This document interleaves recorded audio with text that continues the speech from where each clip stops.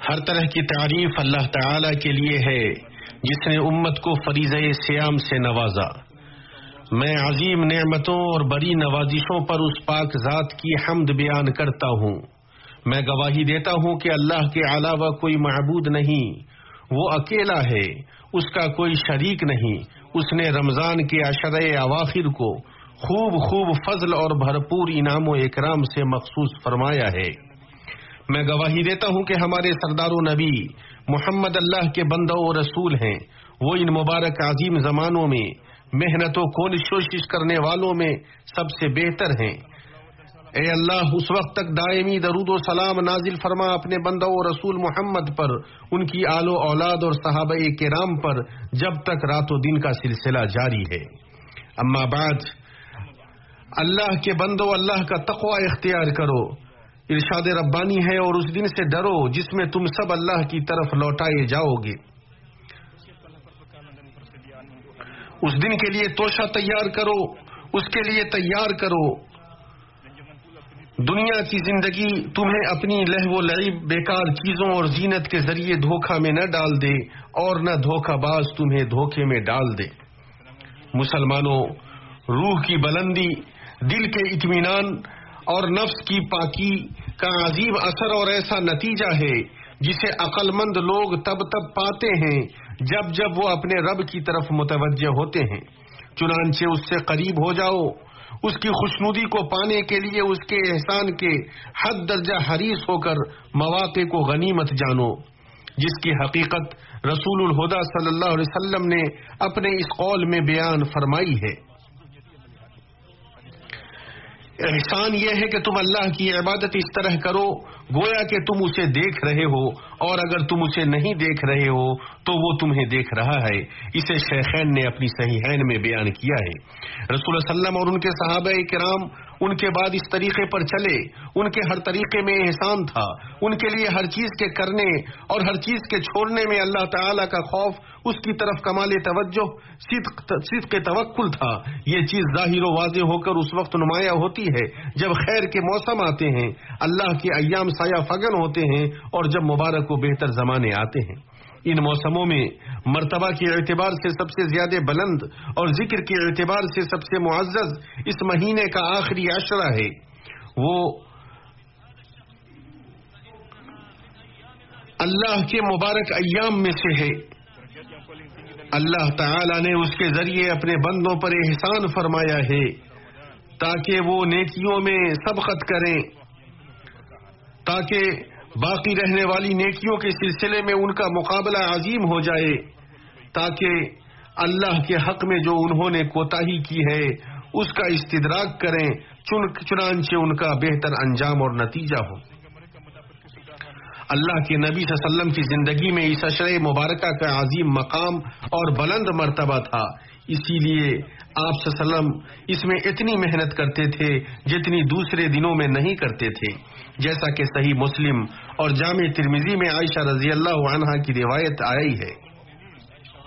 انہوں نے فرمایا، رسول اللہ صلی اللہ علیہ وسلم آخری عشرے میں اتنی محنت کرتے تھے جتنی اس کے علاوہ عشرے میں نہیں کرتے تھے، یعنی اسے نو بنو نیکیوں اور طرح طرح کی طاعتوں سے مخصوص فرماتے تھے۔ ان میں جو نیکیاں کرتے تھے وہ مہینے کے بقیہ ایام کے مقابلے میں زیادہ ہوتی تھیں۔ یہ نبوی محنت و کوشش جس کے لیے رسول اللہ صلی اللہ علیہ وسلم نے اس زمانے کو مخصوص فرمایا وہ 3 قسموں کی تھی۔ پہلی، کمر کس لیتے اور وہ صحیح قول کے مطابق عورتوں سے الگ ہونا ہے، جیسا کہ اس حدیث میں آیا ہے جسے شیخین نے صحیحین میں عائشہ رضی اللہ عنہا سے روایت کیا ہے۔ وہ کہتی ہیں، جب آخری عشرہ آ جاتا تو نبی کریم صلی اللہ علیہ وسلم اپنی کمر کس لیتے، اپنی رات کو آباد کرتے اور اپنے اہل کو جگاتے۔ آپ کی محنت کی قسموں میں سے دوسری قسم نیکیوں کی قسموں جیسے قیام، تلاوت، ذکر، دعا، گریہ و زاری، مناجات، انکساری اور آنسو بہا کر رات کو آباد کرتے تھے۔ اس کے ذریعے اپنے رب کا وسیلہ تلاش کرتے تھے اور اس کے ذریعے اپنی امت کے لیے سنتیں اور طریقے مقرر فرماتے تھے۔ تیسری، اپنے اہل کو نماز کے لیے جگاتے، جیسا کہ زینب بنت ام سلمہ رضی اللہ عنہا نے کہا، جب رمضان کا آخری 10 دن بچ جاتا تو نبی کریم صلی اللہ علیہ وسلم اپنے اہل بیت میں سے کسی کو نہیں چھوڑتے جو قیام کی طاقت رکھتا ہو مگر اسے جگاتے۔ اے اللہ کے بندو، یہ جگانا گرچہ اس مہینے کے علاوہ سال کے بقیہ دنوں میں بھی ثابت ہے، جیسا کہ ام سلمہ رضی اللہ عنہا کی حدیث میں آیا ہے، جسے مسلم نے اپنی صحیح میں بیان کیا ہے، مگر یہ اس عشرے میں خاص طور پر مؤکد ہے، اس طور پر کہ اسے کبھی نہیں چھوڑتے تھے۔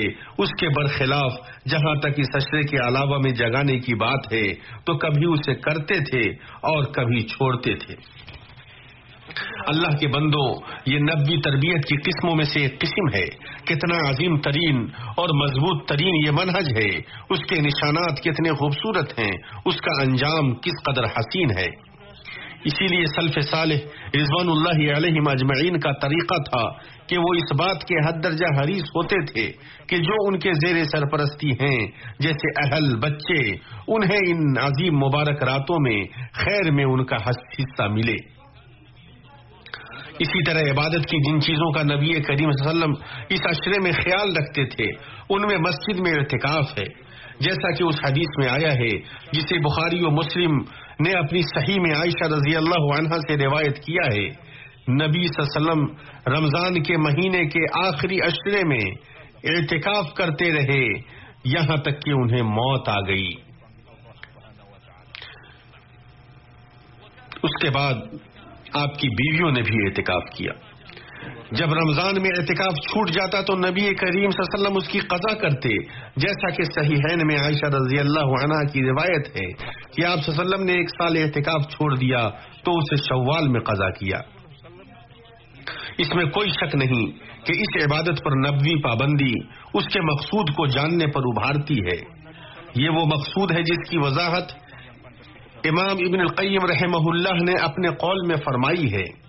ان کا قول ہے، جب دل کی درستگی اور اللہ تعالی کی طرف چلنے کی راہ پر اس کی استقامت اللہ تعالی پر دل جمعی اور مکمل طور پر اللہ تعالی کی طرف متوجہ ہو کر اس کے انتشار کو ختم کرنے پر موقوف ہے تو دل کے انتشار کو کوئی چیز ختم نہیں کرے گی مگر اللہ تعالی کی طرف متوجہ ہونا، جبکہ فضول کھانا پینا، مخلوق سے فضول ملنا جلنا اور فضول کلام اور فضول نیند اس کے انتشار میں اضافہ کرتی ہے، اسے ہر وادی میں بکھیرتی ہے اور اللہ تعالی کی طرف چلنے سے اسے منع کرتی ہے یا اسے کمزور کرتی ہے یا اس میں رکاوٹ ڈالتی ہے یا اسے روکتی ہے۔ تو بندوں کے ساتھ غالب بے حد رحم کرنے والی رحمت متقاضی ہوئی کہ ان کے لیے روزہ مشروع کرے جو فضول کھانے پینے کو ختم کرتا ہے، اور ان کے لیے اعتکاف مشروع قرار دیا جس کا مقصود اور جس کی روح اللہ تعالی کی جناب میں دل کا متوجہ ہونا، اس کے ساتھ دل جمعی اور اس سے خلوت اختیار کرنا، مخلوق کے ساتھ مشغول ہونے سے رک جانا اور صرف اس ایک پاک ذات کے ساتھ منہمک رہنا ہے، اس طور پر کہ اس ذات کا ذکر، اس کی محبت اور اس کی طرف متوجہ ہونا دل کے افکار و خیالات کی جگہ لے لے، ان چیزوں کے بدلے یہ اس پر چھا جائے، سارا کا سارا خیال اس کے ذکر کا ہو، اس کی خوشنودی حاصل کرنے کی، اور جو چیز اس سے قریب کرے اس کی فکر ہو، تو مخلوق سے اس کی انسیت کے بجائے اللہ سے اسے انسیت ہو جائے۔ وہ قبروں میں وحشت والے دن کی انسیت کے لیے خود کو تیار کرے جب کوئی انیس و غمخوار نہ ہوگا، جہاں اس کے علاوہ سے خوشی نہیں ملے گی۔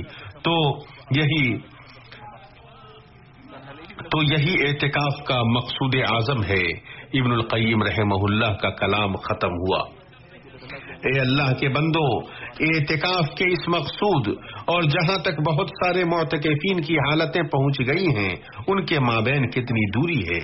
آج کل کا اعتکاف دل کے مخلوقوں کی جانب متوجہ ہونے، ان کے ساتھ مصروف رہنے، فضول کلام، فضول ملنے جلنے اور فضول نیند میں بدل گیا ہے۔ اللہ کے بندو، اللہ کا تقوی اختیار کرو، ان مبارک راتوں کی قدر و منزلت کو جانو، اس کے حق کا خیال رکھو، ان کے شرف کے لیے یہی کافی ہے کہ اللہ تعالیٰ نے ان میں ایک ایسی رات بنائی ہے جس میں عبادت کرنا 1000 رات کی عبادت سے بہتر ہے۔ وہ عظیم مرتبے والی رات لیلۃ القدر ہے۔ اللہ کے رسول صلی اللہ علیہ وسلم نے اس کے زندہ کرنے والوں کے لیے زیادہ بدلہ اور بہترین اجر کی خبر دی ہے۔ ارشاد نبوی ہے، جس نے ایمان اور ثواب کی نیت سے قیام کیا اس کے پچھلے تمام گناہ معاف کر دیے جاتے ہیں۔ اسے شیخین نے اپنی صحیحین میں روایت کیا ہے۔ جو اس رات کے خیر سے محروم ہوا تو وہ سچ مچ محروم ہے۔ اسے چاہیے کہ وہ دکھ اور حسرت کے آنسو بہائے، اور یہ بہت بعید ہے کہ موقع فوت ہو جانے اور مقابلہ ختم ہو جانے کے بعد حسرت بھی فائدہ پہنچائے یا رونا نفع پہنچائے۔ اللہ تعالی ہمیں اور آپ کو اپنے کتاب کے طریقے اور اپنی نبی کی سنت سے فائدہ پہنچائے۔ میں اپنی یہ باتیں کہتا ہوں اور اللہ تعالی عظیم و جلیل سے اپنے لیے اور آپ سب کے لیے ہر طرح کے گناہوں سے مغفرت طلب کرتا ہوں۔ یقیناً وہ بہت معاف کرنے والا اور بے حد رحم کرنے والا ہے۔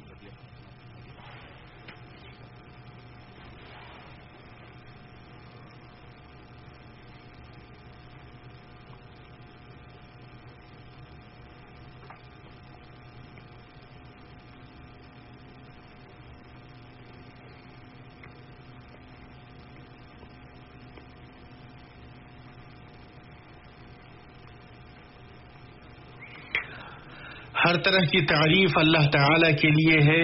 ہم اسی کی حمد بیان کرتے ہیں، اسی سے مدد مانگتے ہیں، اسی سے مغفرت طلب کرتے ہیں۔ ہم اللہ تعالیٰ کی پناہ میں آتے ہیں اپنے نفس کی شرارتوں اور اپنے برے اعمال سے۔ جسے اللہ تعالیٰ ہدایت دے اسے کوئی گمراہ کرنے والا نہیں، جسے وہ گمراہ کر دے اسے کوئی ہدایت دینے والا نہیں۔ میں گواہی دیتا ہوں کہ اللہ کے علاوہ کوئی معبود نہیں، وہ اکیلا ہے، اس کا کوئی شریک و ساجی نہیں، اور میں گواہی دیتا ہوں کہ محمد اس کے بندہ و رسول ہیں۔ اے اللہ، درود و سلام نازل فرما اپنے بندہ و رسول محمد پر اور ان کی آل و اولاد اور صحابہ کرام پر۔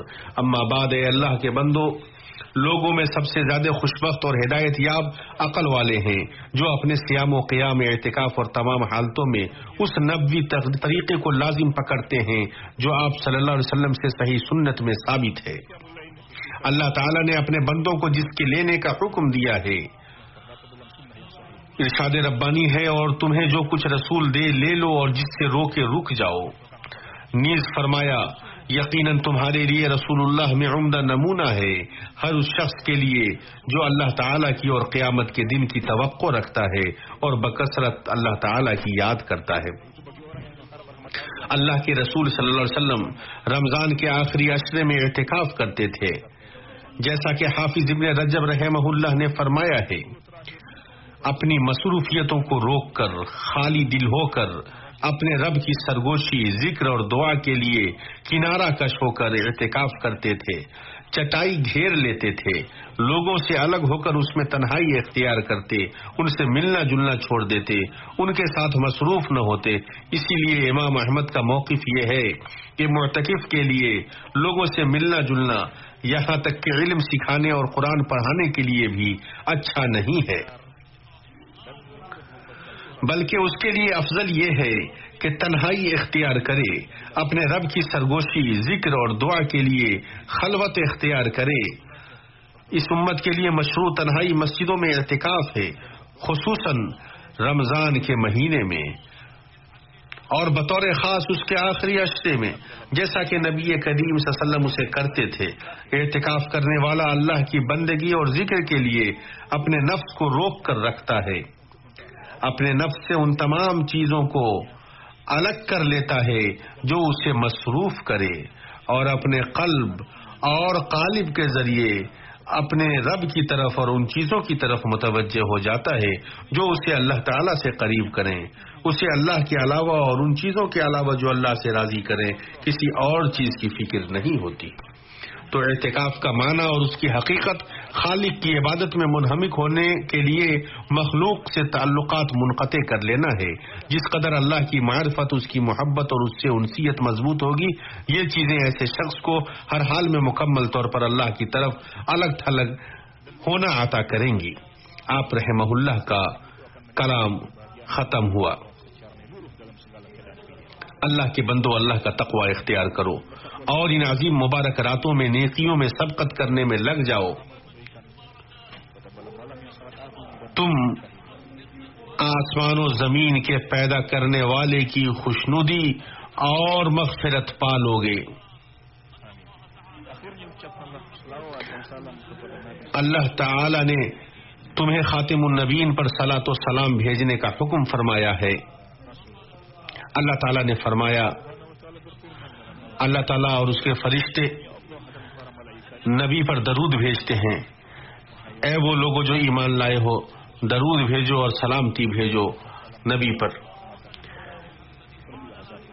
اے اللہ، درود و سلام نازل ہو محمد اور آل محمد پر، جیسا کہ تو نے درود نازل فرمایا ابراہیم اور آل ابراہیم پر۔ تو بڑا اور عظیم ہے، تو عظیم اور مجید ہے۔ اے اللہ، تو چاروں خلیفوں سے راضی ہو جا، ابو بکر، عمر، عثمان، علی رضی اللہ عنہم سے، اور تمام تابعین اور تبع تابعین سے، اور امہات المومنین سے، اور ان تمام لوگوں سے جو قیامت کے دن تک حق کے ساتھ ان کی اتباع کرے۔ اے اللہ، اسلام اور مسلمانوں کو غلبہ عطا فرما، اسلام اور مسلمانوں کو قوت و غلبہ عطا فرما۔ اے اللہ، دین کے قلعے کی حفاظت فرما۔ اے اللہ، سرکشوں اور مفسدوں سے اسے محفوظ فرما۔ اے اللہ، ان کے سربراہوں کی اصلاح فرما۔ اے اللہ، تو اپنے دین اور کتاب کی مدد فرما، اور اپنے نیک بندوں کی مدد فرما۔ اے اللہ، ہمارے اماموں اور سربراہان مملکت کی ہدایت فرما، انہیں صحیح مشیران کار عطا فرما۔ اے اللہ، تو انہیں اور ان کے ولی عہد کو ان تمام چیزوں کی توفیق عطا فرما جس میں ملک کی اور بندوں کی بھلائی ہے۔ اے اللہ، ہمارے نفسوں میں تقوی عطا فرما، تو انہیں پاک فرما، تو ہی ان کا مالک ہے۔ اے اللہ، ہماری دنیا اور آخرت دونوں کو بنا دے، ہماری آخرت کو بنا دے جہاں لوٹ کر جانا ہے، اور موت کو ہمارے لیے ہر طرح کے شر سے راحت کا ذریعہ بنا دے، دنیا کی ذلت اور آخرت کے عذاب سے بچا۔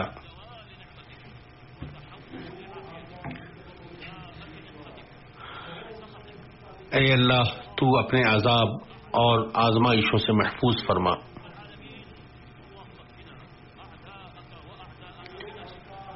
اے اللہ، تو ہمارے اور اپنے دشمنوں سے ہمیں محفوظ فرما۔ اے اللہ،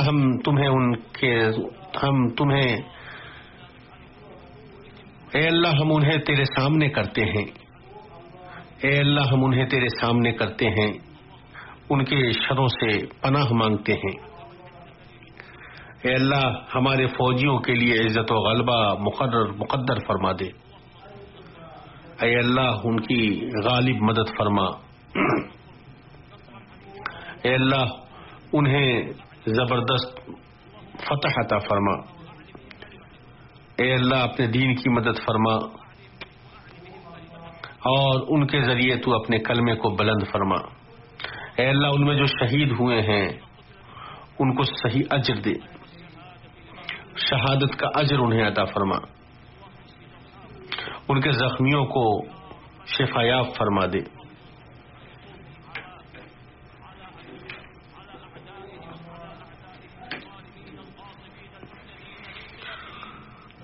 اے اللہ، انقلابی ظالم فاسدوں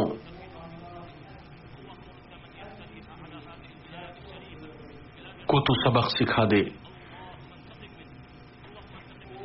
اے اللہ، جو بلاد حرمین شریفین پر کسی طرح کے حملے کی جرات کرے، اے اللہ، تو انہیں سبق سکھا دے، تو ان کی گرفت فرما دے۔